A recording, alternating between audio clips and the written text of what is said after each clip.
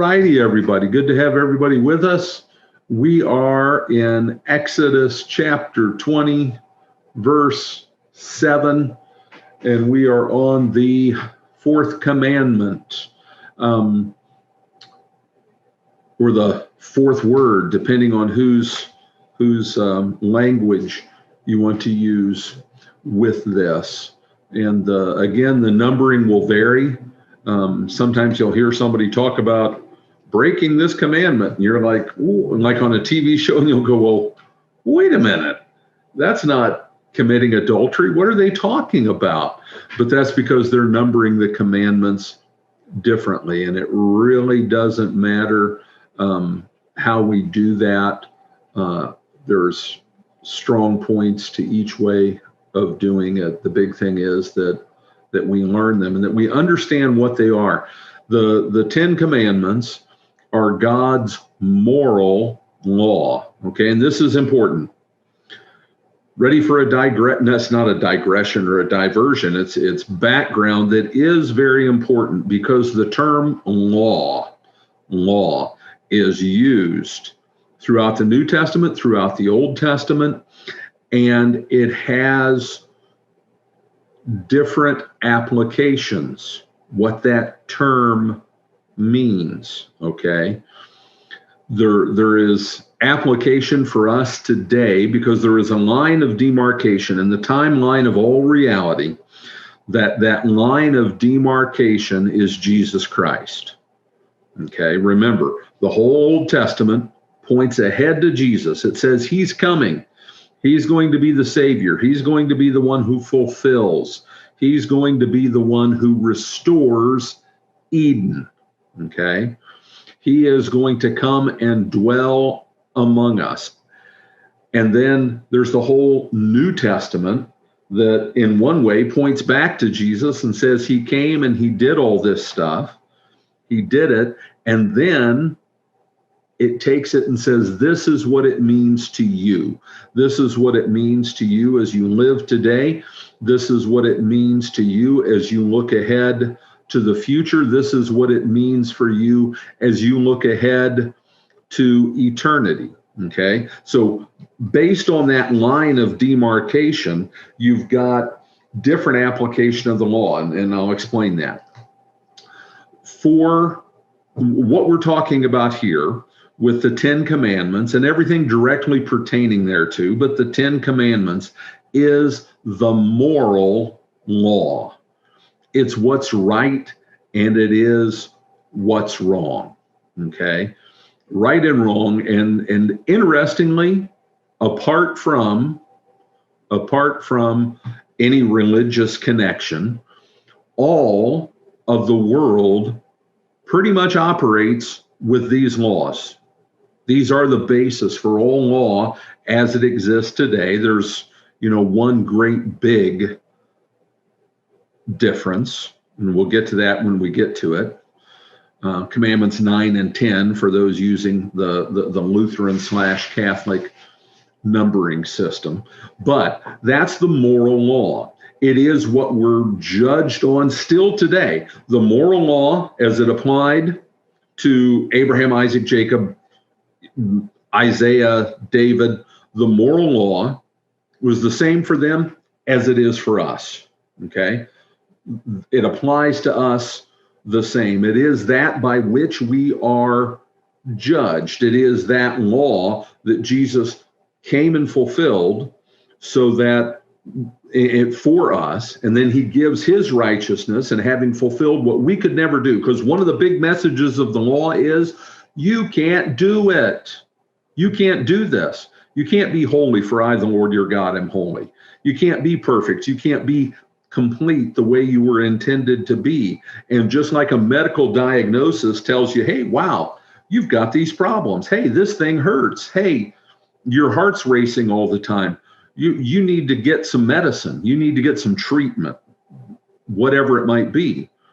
The treatment for our ailment of sin, which the law, the moral law diagnoses for us, is Jesus. Jesus did what we can't do.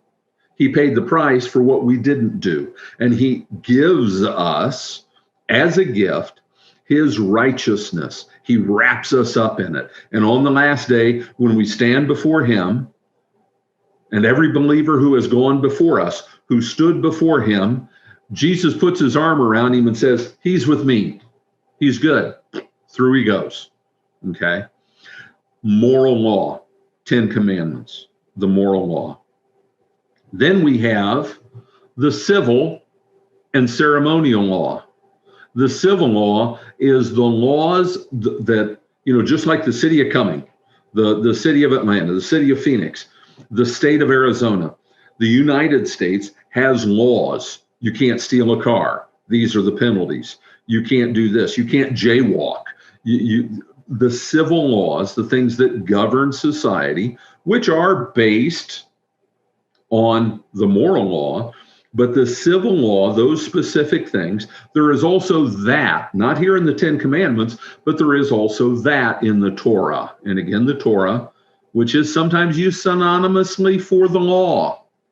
Torah, law. The first 5 books of the Bible are the Torah, the Pentateuch, the five books. So you have the civil law that pertained just to the Jews in Jewish society, and to pick something that never applied to anyone else, and even the Jews didn't apply to themselves very well, the concept of Jubilee, that every 49th year, all debts were forgiven, every 7 years, things were forgiven. That was civil law for the Jews, okay? Then there was ceremonial law. When you go to the temple, and how much of the New Testament or the Old Testament in the book of Leviticus is about that. When you go to the temple, this is how it's done. This is what the sacrifice is for this. This is how you are to do it. This is what the priests are to wear. This is how they are to deal with these sacrifices. This is what the acceptable sacrifices are for, presenting your child at the temple based on wealth. Sounds like what Jesus' family did, right? Based on wealth. If you're really poor, 2 turtle doves. If you're wealthy, a lamb. All of these things are the ceremonial law. So for the Old Testament believers, you had moral, civil, and ceremonial law. But for them, because God told them to do it in that setting, in that time, as his nation, he told them to do these things. So for them, not for us, because we're after the timeline mark of Jesus. For them, they were held accountable for all of it. They were to obey all of it. For them, all of it was moral law. Now, they understood that the civil and the ceremonial were lower down in the hierarchy of the judicial system, lower down than the moral law. Just like today, the laws of the city of Cumming come after or under the laws of the state of Georgia, which fall under the laws of the federal government.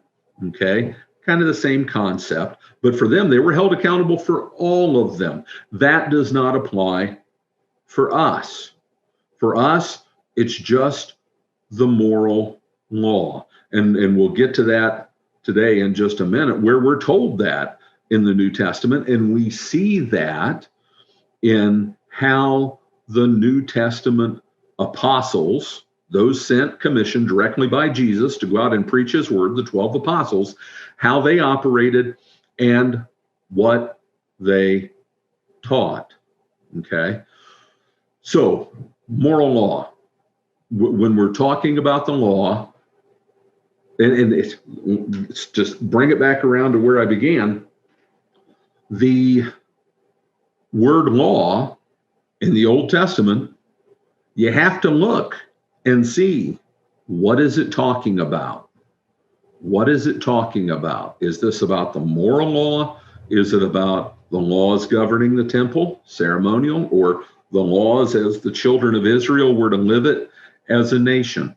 Which law is being used here? And sometimes you can't really tell, because for them, all of it is law. And if you want to kind of work through that, go start reading through the 119th Psalm. the 119th Psalm, because in it, that word law appears. The 119th Psalm is the longest psalm, but the word law appears all the time. And you have to, based on context, determine which way is it using that term law, because also for the Old Testament believer, the term law could just apply to the entirety of God's word. When Jesus refers back to the Old Testament, what does he call it? Does he call it the Old Testament? No. What does he call it? A two-part title, has an and in the middle. The law and the prophets, to which the law and the prophets testify. The law and the prophets, the law, all the written stuff in the Old Testament was the law. So in that way, it's kind of like the term law just means the word of God. Okay. And in that way, the law can also include the promises of salvation, which is the gospel. So a lot of stuff to sort through there, but it's important to understand how the term is used, what it means, and that we have to be careful, not careful, but we need to be observant and pay attention when the word is used. How is it being used? Okay. Now, as to this, well, let me pop the reference up here. I want to go to Colossians. Well, we'll get to it in just a second. I don't want to go there yet. I was wrong. We'll get to it in time. So we're on the fourth commandment. Remember the Sabbath day.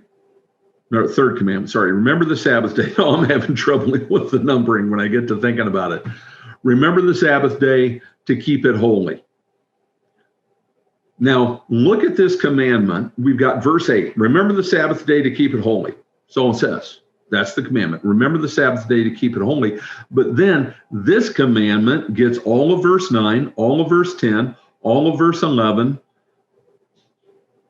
to explain, to emphasize the commandment. And that's very interesting. And we're going to talk about why. But one more thing on the commandments, and in Martin Luther's explanation of the commandment, and no one did a better job of encapsulating the commandments than Martin Luther did in his small catechism. And a catechism, not a term we use anymore, is simply a book of questions and answers to instruct. So you shall sanctify the holy day is the way this translation has it. What does this mean? We should fear and love God so that we do not despise preaching in his word, but hold it sacred and gladly hear and learn it. What does that have to do with the Sabbath day? Because we need to talk about that. What was the Sabbath day? When was the Sabbath day? What day was it? I'm not getting anybody to jump in today. I feel so alone. Saturday. The Sabbath day was Saturday. It was the seventh day of the week, and they numbered their days differently. It was from sundown to sundown. So the Sabbath began on Friday night at sundown, and it ended Friday night at sundown by our reckoning, and it ended Saturday at sundown. The word Sabbath itself means rest, the day of rest. And it is interesting. Deb was talking about this the other day. We've talked about it a number of times, that we reckon that what kind of calendar did God use? In the Old Testament, what calendar did God have his people follow? I'm going to get somebody to answer something. Lunar. It was a lunar calendar. They went by the moon. Now, for one thing, the moon is much easier to observe. You can look up and see the moon. And most of the time over there, they had clear skies. Nobody was chemtrailing for them. They had clear skies. We use what kind of calendar? Solar. We use a solar calendar, and all of our months are named after, well, whom?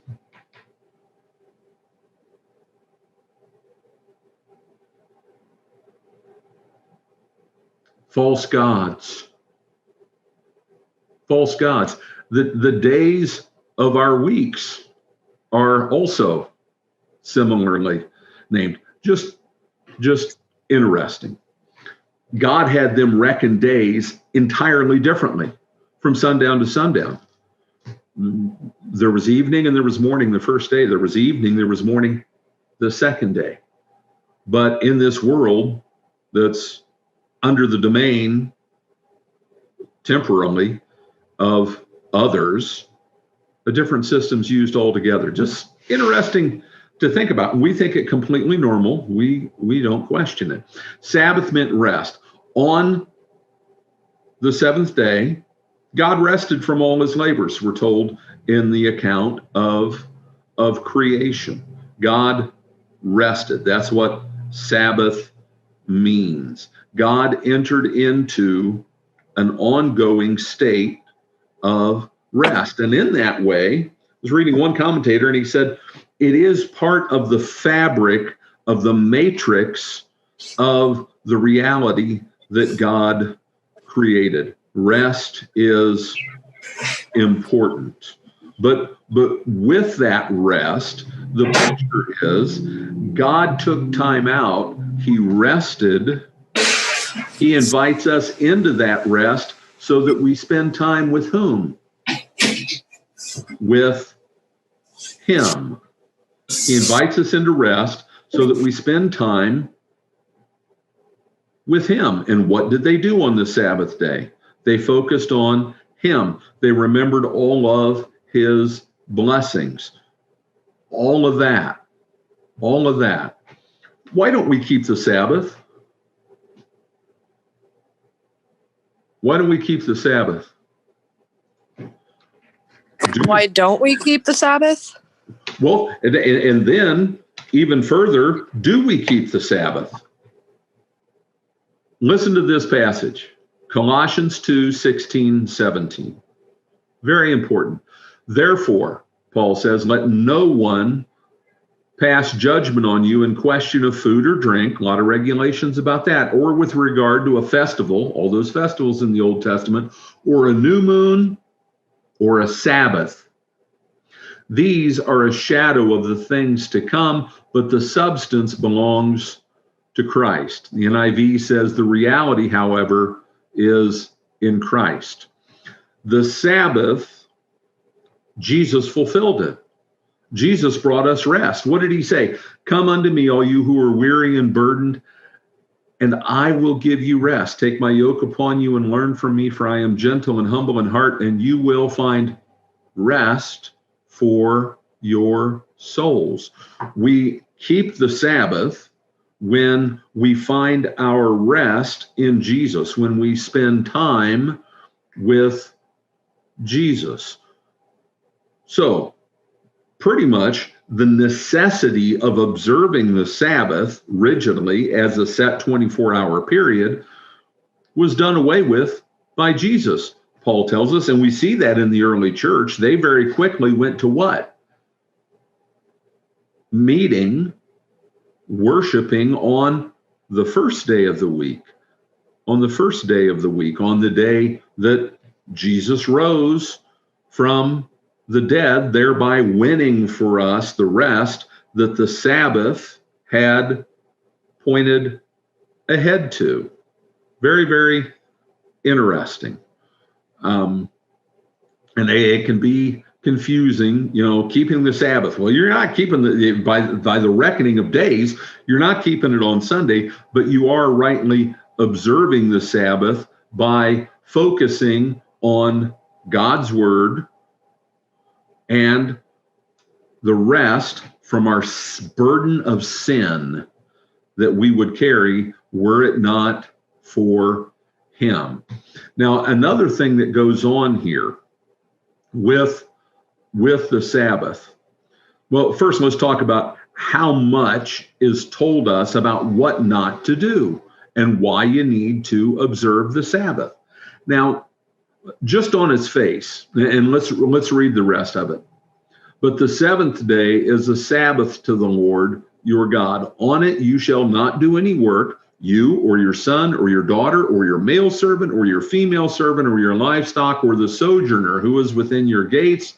For in 6 days the Lord made the heaven and the earth and the sea and all that is in them, and rested on the seventh day. Therefore the Lord blessed the Sabbath day and made it holy. Verse 9, 10, 11, and 10 and 11 are really long verses, all emphasizing, teaching us more about what it says about the Sabbath day. Because if you just look, remember the Sabbath day to keep it holy. We're going to go down. The next one is honor your father and mother. Then you shall not murder. You shall not commit adultery. You shall not steal. You shall not bear false witness, etc. If you're looking at something, you're reading a document, okay, from work, and they're laying out new policies. And the one particular, most of them are pretty straightforward. Okay, breaks are to be 15 minutes. You're supposed to be at work by 5. You get so many late times before you get written up. Whatever policies may exist. And then you get to one that has got like 3 paragraphs going on and on and on about it. What does that tell you about that policy? What are the options for what that can mean that they talk? Why are they talking so much about this one? Well, the wise little voice in your head will tell you one of 2 things. It could possibly be both. What are they? What do you think? Any ideas? I got nothing. What? I got nothing. You got nothing? Okay, at least an answer. Thank you. Here are the 2 options as I see them, and I'll give you my 2 options, and maybe you see other ones. Number 1, this is really important. Don't get this one wrong. This is really big. It really matters. Okay, that's one option. Although, yeah, we'll just leave it at that. We can wrestle with, is it more important than not committing murder? Is it more important than not committing adultery? Maybe. Maybe it's one of those things that if you're getting this one right, the others aren't as likely to be wrong. That could be. That could be. What else might be an explanation? And I think this one is a bigger point than the first one. This one's really hard to follow. It's just really hard. It's hard to not do any work on Saturday. You got to get all your other work done. You got to take care of the critters. You got to do whatever so that there's a minimal amount of stuff that has to be done on the Sabbath. Like, yeah, you got to make sure your animals have water. You got to do that. But you make the food the day before for yourselves. You Sunday dinner, Saturday dinner, you make that in advance. There's just all kinds of ways to go wrong. And we know that they struggled with this by some of the things, I mean, just common sense, but also because I'm trying to find the reference here. In Amos, he goes on ripping on the merchants because the picture is, and I can't find the reference right now, the picture is the merchants are like just idle and kind of twiddling their thumbs and they got the fidgets waiting for the Sabbath to be over so that they can start selling their T-shirts again. You know, and their wares and whatever else. It's got so much explanation because it's really easy to break, or it's very difficult to keep in real terms in the real world. But I do think there's something to, you know, if you're keeping this one, if you've got this one down pat, if you're spending time with God, if you are dwelling in his word, as Martin Luther, and, you know, next to the Apostle Paul, Martin Luther's the smartest guy who ever lived. As far as faith goes, absolutely brilliant. I remember when when we had the millennium change back in 2000, and the History Channel, when it was still something, was doing its list of the most important people. I remember the 100 most important people of the last 1,000 years.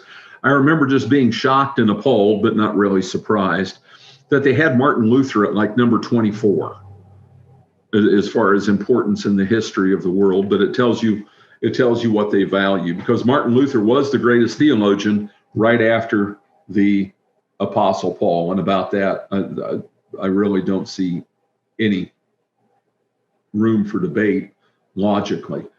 You shall sanctify the holy day. What does it mean? Listen again to Luther's explanation. We should fear and love God so that we do not despise, ignore, reject, not give heed to preaching and his word. Because what is his word? He says he's with us always. He's in his word. He comes to us through his word. He dwells with us through his word. But hold it sacred and gladly hear and learn it. One of the really great things that Martin Luther did with his explanation of the commandments was he saw the dual nature of it. It's not just don't do this or do that or else. It's the positive blessing that comes along with keeping the commandment, obeying the commandment, walking in the commandment. And we'll see that with the other commandments as well. All righty. So one more thing. Can't pass this up. I've gone on so long about this, but it's okay. It's one of the commandments. It deserves a lot of time. This commandment is here tied in with creation. With creation. This is part of the order. There's that concept of the matrix, the real matrix of reality that God wove into the existence of all things. It's tied in with creation. When is this commandment given? Here at the mountain. Right after what? Right after God brought his children of Israel out of Egypt into the wilderness, and he's forming them as his nation. This commandment, and I'm trying to find the reference. I got so many notes here, I'm having a hard time finding the references that I have. But in Deuteronomy, it ties the giving of this commandment. Here, Deuteronomy 5:15, listen to this. But you shall remember that you were a slave in the land of Egypt, and the Lord your God brought you out from there with a mighty hand. There's that mighty hand again, and an outstretched arm. Therefore, the Lord your God commanded you to keep the Sabbath day. Well, wait a minute. I thought it was about creation. It was a creation that God rested. God rested. He created everything, and then he rested. And he saw that all things were very good, and he rested. That's part of the fabric of reality. But here in Deuteronomy 5:15, it's about bringing them out of Egypt with a mighty arm. And then the Lord commanded them to keep the Sabbath day. What does that have to do with creation? Well, it has everything to do with creation. What was God doing? And this is a big theme thing. Okay. So in our kind of schema of organizing the important stuff, big theme. And we've talked about it, but probably not enough. God, in undoing the supposed order of the Egyptian gods, showing that they were not the gods in charge of all the universe, and therefore not the gods of creation, and creating chaos there, undoing their order to make chaos. And out of that chaos, what was there in the beginning before God created everything? There was chaos. And then God brought out of that what? He created a new nation. The Exodus, his mighty works with a mighty hand and outstretched arm, was another act of creation. And I'm sure if Jonathan were with us, and he understands all this so much better now, can you imagine how we'd never get him to shut up if he were on here with us now? But I'd be happy to listen. John would be talking about some Jonathan Pajot thing about these patterns and cycles to things in the biblical narrative, because they come up again and again. But God creating the world, God, after it had all gone flooey, God creating Israel. And through that, and through bringing the Messiah and the promised land and all of that, what does he do? What are you called? A new what? A new creature, a new creation in Christ. Do you see how these things go together? Big over the top view of things.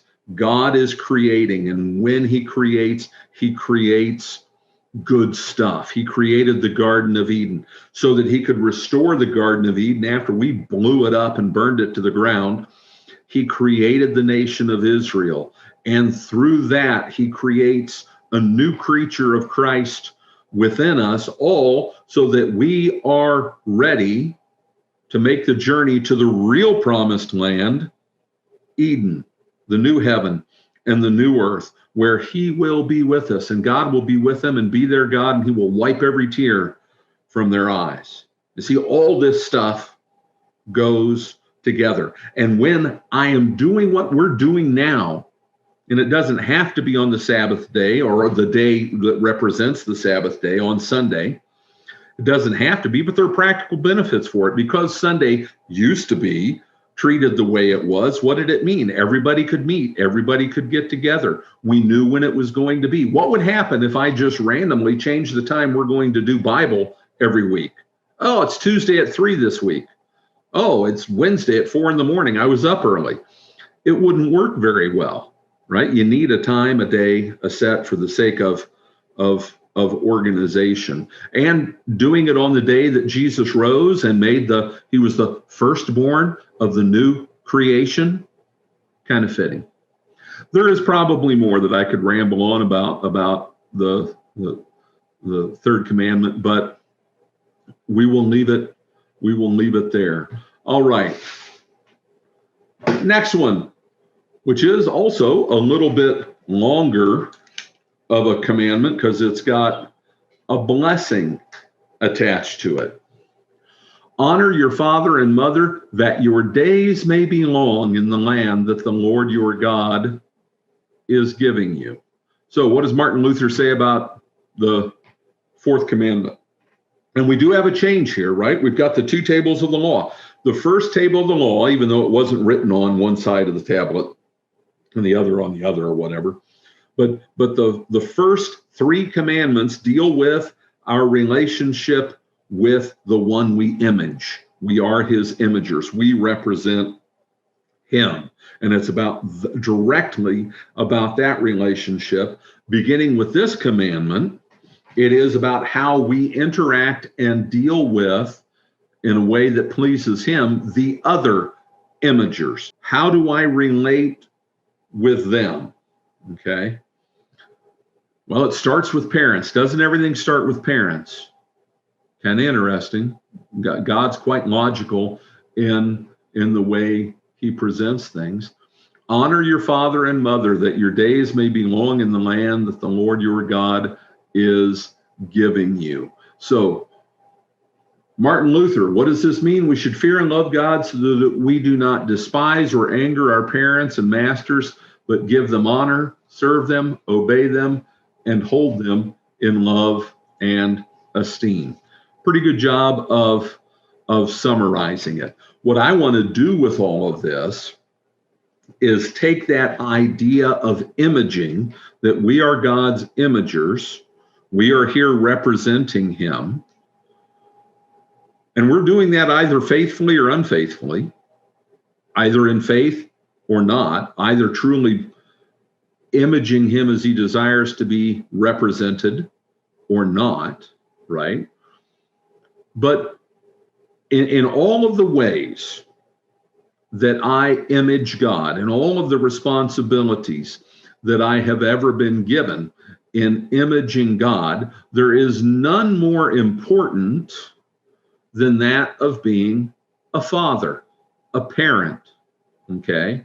Because if you want to know real quick and easy, what is a parent's job? A parent's job is to be a living representation, an image in practice, in reality, the image of God's love and faithfulness to us. Now, if you want to have an amazing parent, think about somebody who's that. And the reality is no parents are like that perfectly. No parents are like that. So some parents, in spite of trying, didn't come anywhere close. They weren't trained, they weren't equipped, they weren't prepared, whatever. Okay. And then we have to remember that I cannot let, especially if my father, because who is God? He's the Father, right? If my father did not do a good job at all of representing God, if that wasn't part of how he went about things, if that relationship was bad, if that relationship was abusive, if it was hurtful, whatever, that can serve for me as a stumbling block of understanding the Father's love toward me. Why? Because I associate father with that guy who I grew up with, right? Okay. So if that's the case, then what I have to do is say, okay, that's not a good representation of that. I just go directly to the source and see it there. And that takes some work. It takes some thought discipline and help from the Lord. Help me to view this the right way. An easy way to think of it, if that is the situation, is as far as how I be a parent, what do I wish my dad was? What do I wish he was? Not to pick on him or put him down, because I believe no matter what, and trust me, I've seen all kinds of situations of people who just weren't good parents. Out of all those situations, almost all of them wanted to be. That they were just so wrapped up with their own weakness and sinfulness and problems that they couldn't. Doesn't mean they didn't want to be, you know. Just, I don't know why this, maybe it's because I've been studying this all week. It popped in my head. I was reading Bruce Springsteen's biography. Okay. And there's a lot of stuff, if you know Bruce Springsteen's canon, especially early on, about his dad, right? A lot of stuff there. And his dad had mental issues. There was all kinds of stuff there that Bruce came to understand later in life that he didn't when he was a young man. But he tells about the story where his dad came to visit him one day, just dropped in at his great big estate out there in the country in New Jersey. And they were visiting, and his dad said to him, you know, Bruce, you've been very good to us. And his dad was kind of choking up, and he said, I wasn't always that good, so good to you. And Bruce, because the growth he'd made and understood, he said, that's okay, Dad. I know you did the best you could. And it was kind of a forgiveness moment, right? And we need to do that with our parents because they're not perfect, you know. They did the best they could. And one of the challenges with being a parent for the most part is, you know what it is? You're so stinking young when you do it. You know, I apologize to the older kids, and I hope you remember this, and I'll do it here publicly again. I was a much better parent to the younger ones than I was to the older ones. Why? Because I learned some stuff. I figured some things out. I realized you didn't have to fix everything. Just keep loving them, doing the right thing. And hey, guess what? They turn out awesome, and all of them did. Older and younger, but I was much better at it by the time I had 3 of them under my belt. The next 3 were a whole lot easier. So anyway, but all the parent is trying to do, back to where we're going with this, is represent God. Am I going to correct my child? Yes. Am I going to do it lovingly and understandingly? Yeah, just like he does with me. If God crushed me every time I sinned, I'd be thinner than rolling paper, right? But he doesn't. He doesn't. He's loving. He's long suffering. He's understanding. That's my job as a parent. So, other side of the coin, if I'm not showing the honor and respect, the love, because that's really what all this is about, right? If I love my dad, I'm not going to treat him disrespectfully. I'm not going to put him down, even in his old age, and parents get to the point where they don't think as well. They need help. They, whatever else. In that situation, I'm still going to show them love and respect, even if it gets to the point where they've got dementia and they don't know what they're doing anymore. And in effect, I have to be the parent. I'm still going to do that with love and respect because I know who they are in God's eyes. God put them there in that role in my life, and how I treat my parents is a direct reflection of how I view God. Wow. That's pretty heavy duty. That's why this commandment is such a big deal. That's why later on in the law, it says that somebody who strikes his mother or father is to be put to death. Now, it hardly ever happened. But that aside from how they applied it, the importance of that relationship. And interestingly, when the lords of hell wanted to undo society and turn it into a global grease fire, what did they do?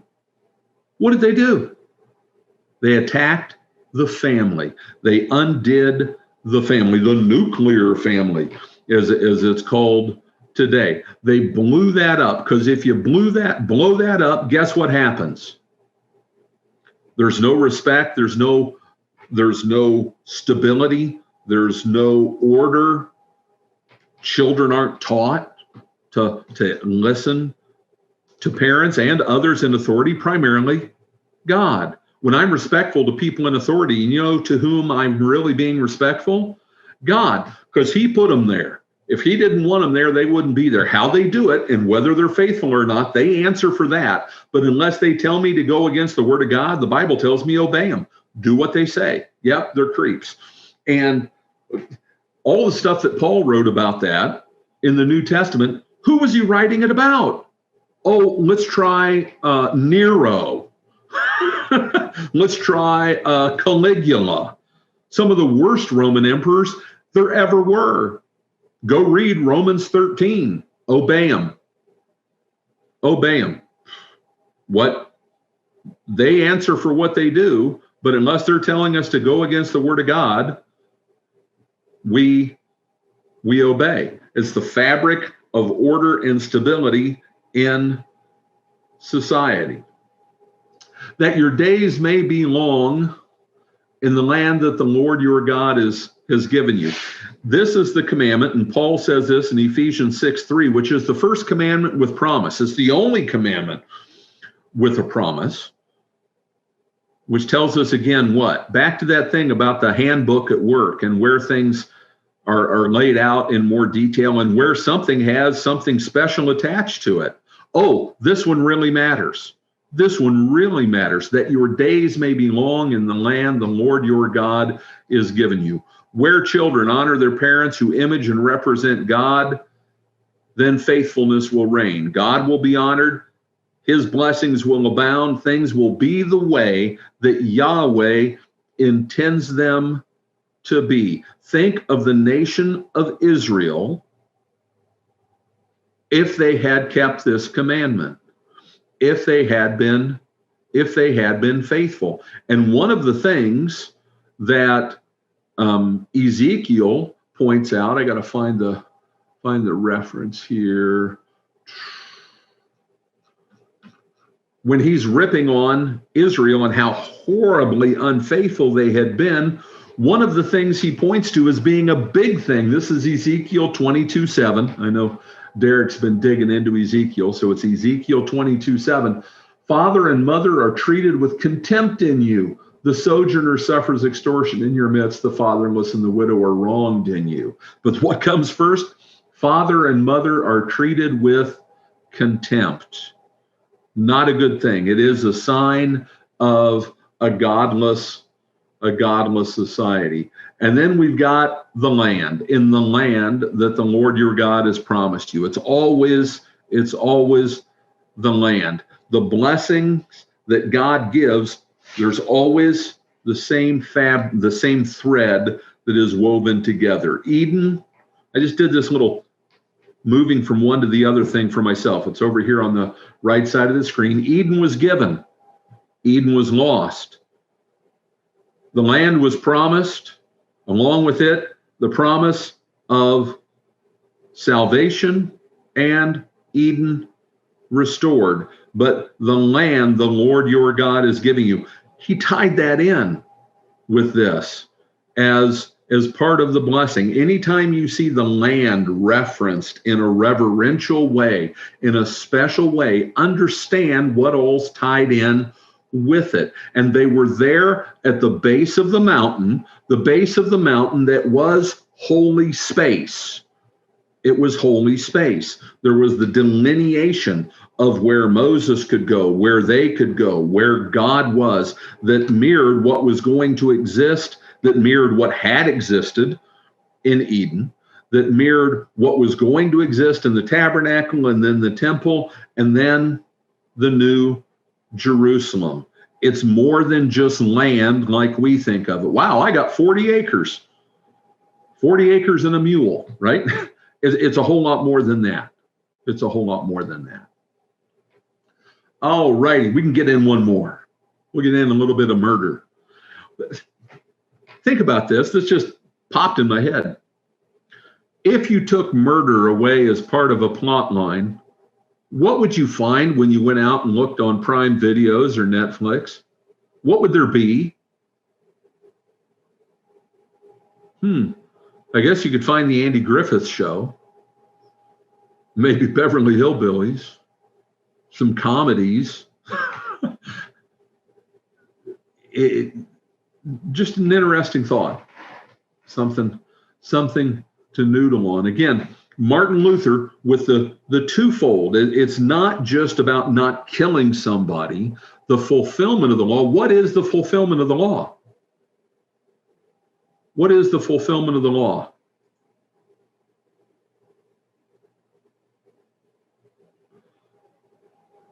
Okay, we'll just go there.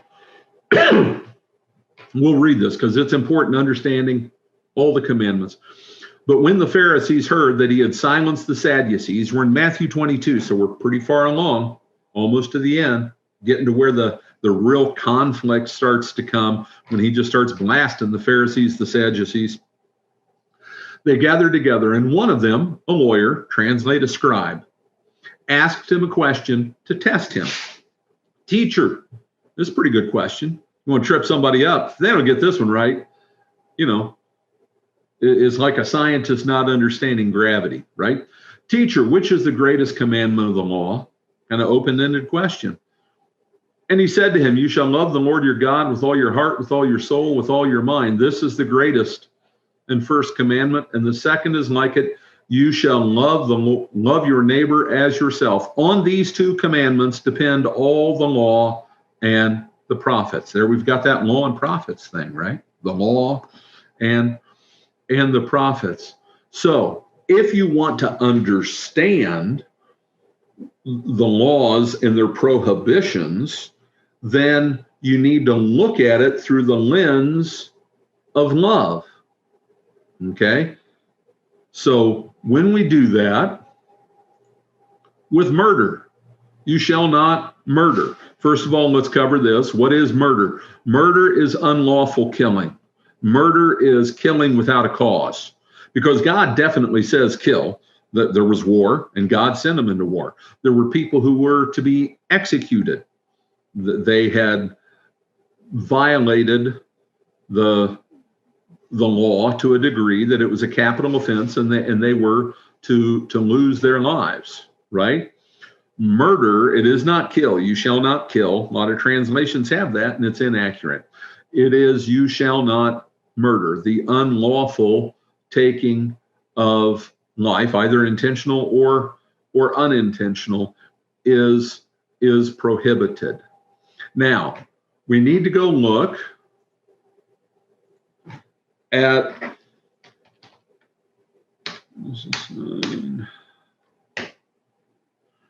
Genesis 9:6. Whoever sheds the blood of man, this is Genesis 9, right? So we're Noah, right? The ark, and what happens with that, the new order of things after the ark, when all of that evil had been wiped out, talks about murder. And he says, whoever sheds the blood of man, by man shall his blood be shed, for God made man in his own image. Why is murder such an offense? Why is killing a cow not a horrible offense unless you're destroying someone else's property without their permission, as we're looking at it in the view of the law, both ancient and modern? Why is killing man different? Because he's an imager. What makes man special? He represents God here. He was created with that purpose. Therefore, he's different. He's representing God. If I kill God's representative, that's a big deal. That's a big deal. It's almost like I'm killing God because I'm killing his representative. I have no respect for the fact that he is God's imager here. But here it's put in, if you look at this, there's a reason. Here in the English, you look at that, there's not a whole lot of it on the screen, but you can see this is prose, right? Prose. The way this is set in like this, what the translator is doing when they do that is they're telling you that in Hebrew, this is poetic. This is poetic in the way they did poetry with contrasting concepts or complementary concepts. And you can kind of see that here. And I'll do it the way I know it because it's the way I know it. Whoever sheds the blood of man, by man shall his blood be shed, for in the image of God made he man. It's kind of like this, this. But that is why it is murder is more than just killing. It's unlawful. No one is allowed to end someone's life except whom? And that's another big concept here. When I kill someone, whose authority am I usurping? Do you know who knows when I'm going to die? And it gives comfort when we lose someone unexpectedly, right? That's God's thing. If there's anything that falls, and everything falls under the domain of God, but if there's anything we can clearly understand, this is a God thing. Our days are numbered. He does it. It's written in his book, all the days of my life. So when he takes me home, I'm ready to go. But whose decision is it? That is clearly up here. That's a him thing. That's not me. I don't get to decide that person is such a burden or such a jerk or they made me so mad that I'm going to kill them. When I do that, I usurp his authority. And that is why it is such a great offense. Okay. But it's not just about what we don't do, because what is the fulfillment of the law? If all the law and the prophets, love the Lord your God with all your heart, with all your soul, with all your mind, and love your neighbor as yourself. Well, if the prohibition, do not murder, it's about bodily well-being, right? If the prohibition is to not murder, looking at that through the lens of love, well, it's not just that I don't do those things. I also want to do things to help them in their physical life. That's the love side of it. So we should fear and love God so that we do not hurt or harm our neighbor, but help and befriend him in every bodily need. And what is it that Jesus points to? Matthew 25, 31 through 46, when he separates the sheep from the goats. How does he say, you're a goat, you're a sheep, you're a sheep, you're a goat? How does he do that? Let's go take a look, because that's very practical, real application of how this is viewed by him. And it's interesting, this begins, you want to talk about this thematic stuff, big picture stuff, who he says he is, the picture that's there, that's drawing from way, way, way back. And we've talked about this stuff. Watch out for this stuff. Start to watch for the polemic in the literature here in Exodus that starts to take swipes. He's not going to go back and pick on Osiris or Ra anymore. Why? They're done. They're in the ash pile of history. They're rubbish. I finished them. Laid them low. They're humiliated. They'll never be anything again. And interestingly, Egypt never was on the scale of what they had been. But now it's Baal. Looking ahead to Baal. Who's Baal? Where does Baal sit? Baal sits on a mountain. What does Baal ride? He rides on the clouds. He's the cloud rider. When the Son of Man comes in his glory and all his angels with him, power, dominion, glory, then he will set upon his throne, glorious throne. Baal swipes. And Baal was still around at this time also. But when he talks about why some were picked, as I just identified, because he just looked at the data, just the facts, ma'am, just the facts. Who are the believers? Well, where's the wind? Look out your window right now. If you got a window to look out, I can't, my blinds are drawn. Is there any wind? Well, if there is, how do you know there's wind? How do you see wind? If you're on a flat, barren place that's rock, there's no dust, there's no anything, how do you know there's wind if you're inside? If you can't hear it, how do you hear it? How do you know it? No, you see what it does. See, I got 10 million acorns in my driveway right now, soaking wet, because the wind knocked them down yesterday. Rain helped. But the wind did that. The wind blows the leaves off the tree. The wind does stuff. I can see there's wind because I see what wind does. Because faith is like the Spirit. You can't see him. The Spirit, you can't see him. You can see what he does. You can see what he does. How do you see what believers do? He separated the goats on his left and the sheep on his right. Then the king will say to those on his right, "Come, you who are blessed by my Father. Inherit the kingdom prepared for you from the foundation of the world." And don't ever read that or hear that and not think about the day you're going to hear it. And not think about the day that those you love heard it. You know, I'm going up to visit my mother. She's dying. She's going to hear what Jonathan already heard. Blessed of my Father. Inherit the kingdom prepared from you from the foundation of the world. How did he know? How did he know that these believers were real believers? How will he know my mother is a real believer? How will he know? Well, he wants to point at evidence, because he's talking to people. You need evidence. For I was hungry. And think about all this as far as help and befriend them in every bodily need. For I was hungry and you gave me food. I was thirsty and you gave me drink. I was a stranger and you welcomed me. I was naked and you clothed me. I was sick and you visited me. I was in prison and you came to me.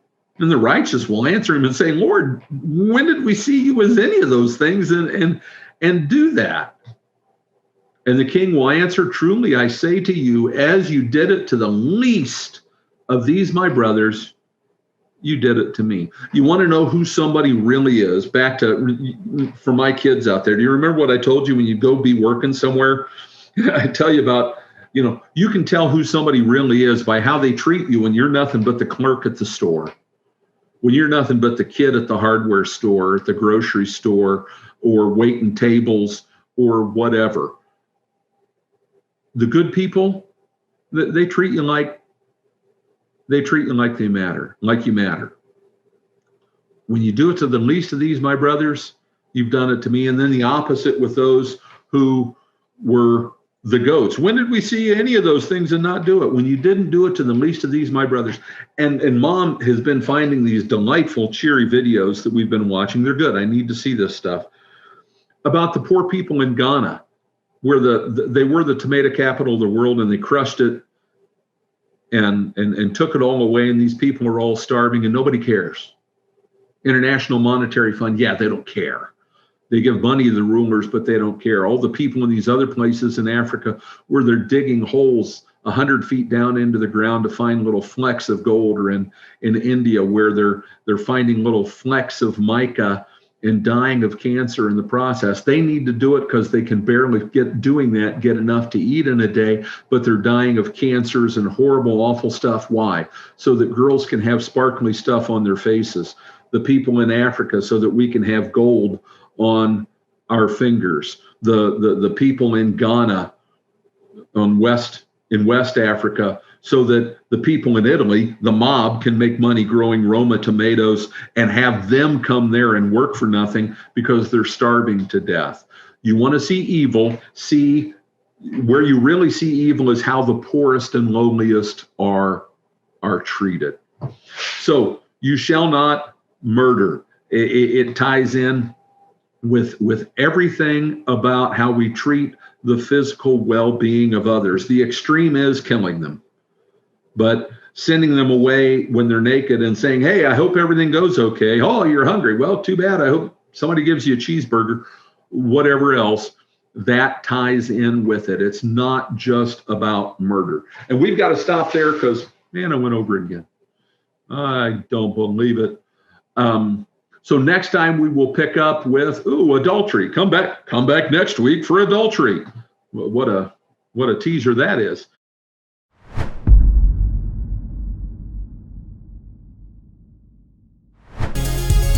That concludes our broadcast for today.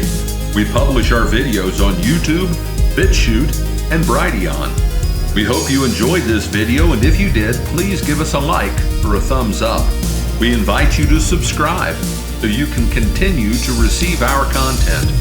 Also, please consider sharing this video with others. We love to hear from you, so please leave a comment below. This is Matthias 76, and together we will continue to decode the deception.